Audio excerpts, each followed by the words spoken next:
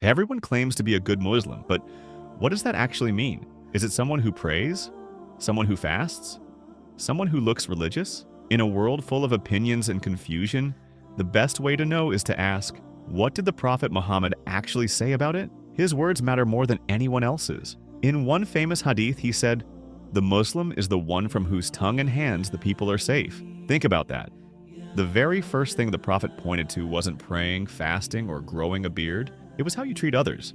A true Muslim doesn't harm people with his words or actions. That means no gossip, no bullying, no cursing, no online hate, no abuse.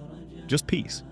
Because Islam literally means peace and submission. So if your presence makes others afraid, uncomfortable, or unsafe, then something is wrong. The Prophet even said, "None of you truly believes until he loves for his brother what he loves for himself." That's not just kindness.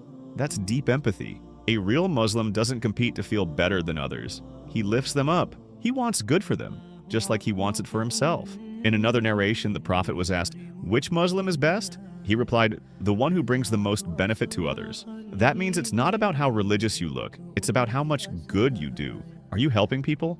Are you a source of peace in your home, in your school, in your community? Because that's what makes you beloved to Allah. The Prophet also said, "Shall I not tell you who will be forbidden from the hellfire?" They said, "Yes, O Messenger of Allah." He said, "It is every person who is close to people, gentle, and easygoing." That's it. Being approachable, soft, and warm.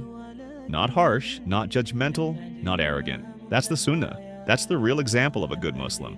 Not just in public, but in private too. Are you kind when no one is watching? Are you honest when it's hard? Do you lower your gaze?